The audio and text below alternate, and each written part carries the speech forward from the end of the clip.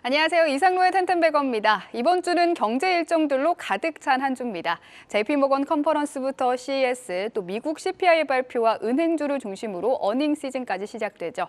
이렇게 복잡한 일정들 속에서 어떤 전략 필요할지 이야기 나눠보겠습니다. 원을 이상로 파트너입니다. 어서 오세요. 네, 반갑습니다. 네, 반갑습니다.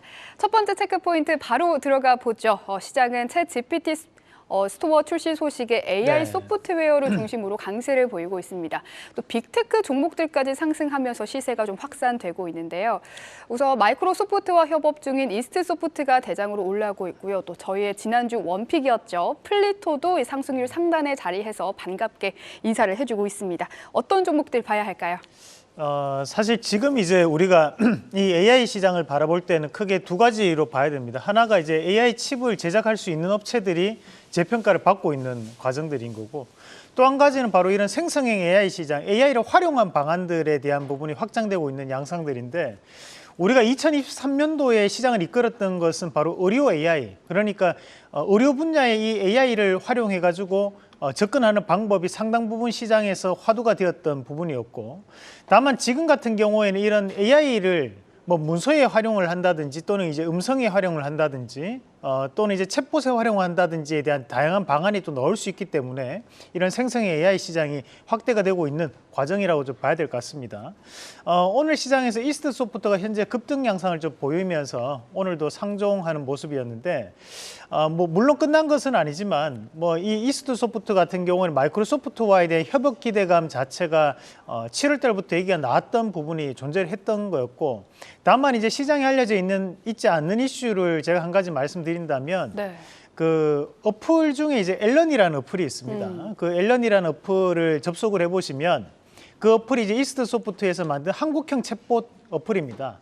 아직까지는 이제 신청자에 한해서만 그 챗봇을 이용할 수 있게끔 정책을 좀 쓰고 있는데, 여기에 따른 부분 자체가 바로 이 챗GPT 스토어가 확장이 된다면 추가적인 부분 자체에서에 대한 이슈가 될 수 있다라고 시장은 좀 기대를 하는 것 같고, 우리가 이 이스트소프트 자회사가 줌인터넷이라는 회사가 또 있습니다. 이 줌인터넷 같은 경우에 또 포털 사이트에 대한 점유율이 약 8% 정도 나오는 회사입니다. 그 회사까지도 함께 더불어 보시면 좀 좋을 것 같습니다. 마찬가지로 오늘 바닥권역에서 크게 급등하고 있는 기업이 이제 한국컴퓨터라는 기업이 있습니다. 우리가 이제 동종업종으로 본다면 이제 폴라리스 오피스가 금요일 날 상한가를 갔고, 마찬가지로 그때는 한국컴퓨터가 큰 폭의 상승을 기록하지는 않았지만, 사실 이제 우리가 그 폴라리스 오피스 같은 경우에 저항 구간이 약한 거고, 대신에 이제 한국컴퓨터 같은 경우 낙폭이 워낙 컸기 때문에 저항 구간이 강하다 봐야 되거든요.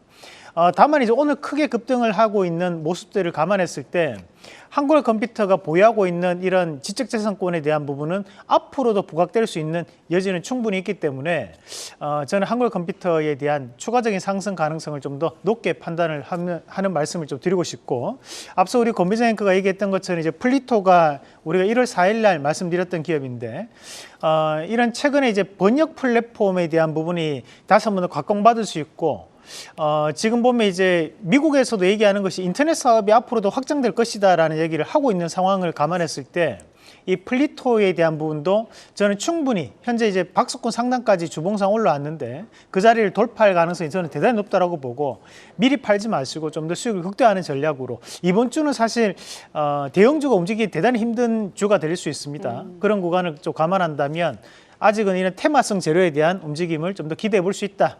추가적인 상승을 좀 더 눈여겨보자라는 말씀까지 드리겠습니다. 네, 두 번째 체크 포인트입니다. 오늘 웹툰 관련주 강세입니다. DNC 미디어를 중심으로 MBT가 강하게 올라오고 있고요. 또 오후 들어서는 미스터블루까지 올라오고 있는데요.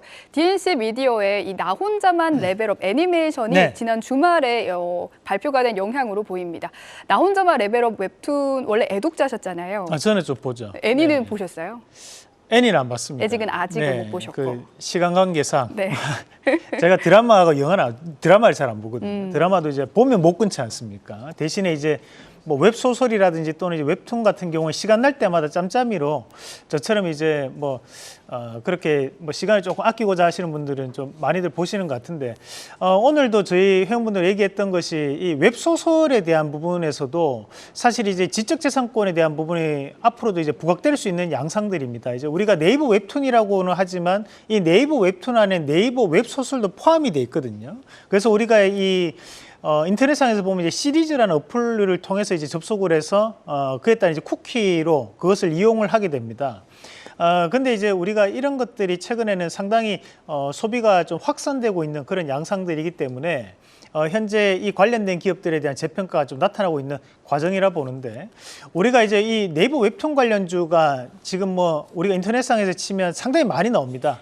하지만 그런 종목군들을 다 보실 필요는 없고 뭐 중점적으로 빅3 업체만 보시면 됩니다. 그래서 빅3가 MBT, 그리고 이제 Y랩, 그리고 또 한 가지 DNC 미디어라고 보시면 되는데, MBT가 대장주죠. MBT를 한번 같이 보시면 될 것 같습니다. MBT 주가 추이를 보시면 오늘 다시 한번 더 만 원대를 돌파를 하는 모습들인데, 앞에서 보면 이제 윗꼬리가 길게 달렸던 구간들이 존재합니다. 제가 판단했을 때 매직 가격이 지금 현재 6,000원 밴드에 머물러 있는 상황이기 때문에 적어도 이제 12,000원 이상까지는 추가적인 돌파 가능성을 좀 더 열어놓고 볼 수 있는 부분이고요.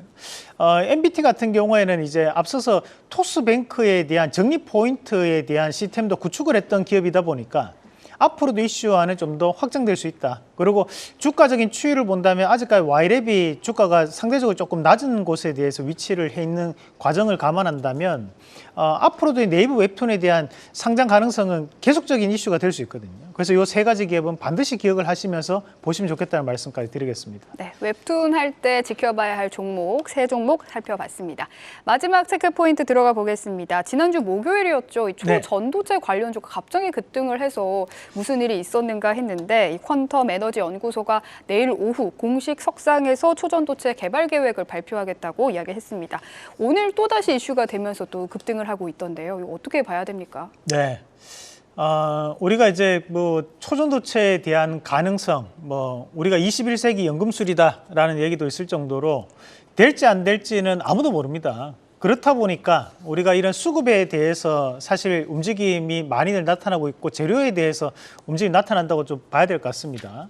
다만 이제 오늘 지금 움직이는 기업들도 보면 뭐 최근에 이제 움직였던 이제 서남이나 덕성, 뭐 파워로직스, 신성 델타테크 같은 기업들이 움직임이 좀 나오고 있는데, 파워로직스부터 한번 같이 보도록 하겠습니다. 보면 이제 우리가 앞서서 초전도체 관련된 이슈가 나오고 난 다음에 주가는 크게 하락을 하고 지금 다시 한번 반등을 좀 붙이는 양상들이고, 마찬가지로 이제 서남 같은 경우에도 한번 급등이 나오고 난 다음에 지금 현재 되돌림 파동으로 올라가고 있는 양상들입니다.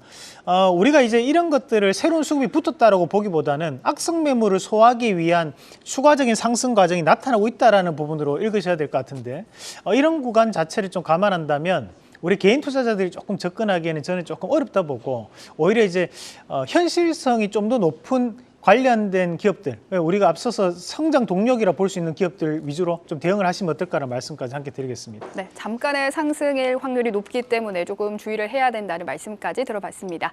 오늘 살펴볼 종목 네페스 아크입니다. 온디바이스의 실질적 수혜주라고 말씀을 하셨는데 소개해 주신 이후로 많은 분들이 언급을 하더라고요. 네, 뭐 네페스 아크가 오늘 12월 27일 날 말씀드리고 난 다음에 지금 한 2주가 안 됐죠. 지금 오늘 급등이 나오고 있는데 가격적인 낙폭과대에 대한 부분으로 해석을 한번 해볼 필요가 있습니다. 삼성 AI 폰에 대한 등장까지는 추가적인 상승이 가능하다고 보고, 오늘 준비했던 것은 이제 알뜰폰 관련주들인데요. 잠시 한번 같이 보도록 하겠습니다. 최근에 뭐 제4이동통신에 대한 얘기도 나오고 있고, 또 알뜰폰 관련돼서 얘기는 많이 나오는데, 뭐 저도 물론 알뜰폰 한 개를 또 쓰고 있습니다. 뭐 보면 우리가 이제 인스코피라는 기업이 이제 프리티텔레콤에 대한 알뜰폰을 또 중개하는 기업이고, 세종텔레콤 같은 경우 스노우맨이라는, 그리고 이제 아이즈비전 같은 경우 아이즈모바일이 있고요. 뭐 스카이라이프나 그레디언트가 과거 이제 인터파크입니다, 그죠? 그리고 이제 LG 헬로비전도 마찬가지로 알뜰폰 관련주라고 보시면 되고, 우리가 이제 제4이동통신 관련해서 세종텔레콤과 최근에 이제 들어갔던 거 스테이지X라는 기업이 지금 컨소시엄을 구성했다는 얘기 나오고 있는데, 스테이지X에 대한 대주주가 스테이지 또 따로 모 기업이 있고, 그 모 회사에 대한 지분을 또 보유하고 있는 기업이 카카오 인베스트먼트입니다. 그래서 그에 따른 부분을 보면 또 카카오가 또 관련주가 될 수 있다라는 부분까지 참고하시면 될 것 같습니다. 네, 오늘의 원픽 바로 공개해 주시죠. 뭐 이 중에서 카카오를 오늘 말씀을 드리도록 하겠습니다.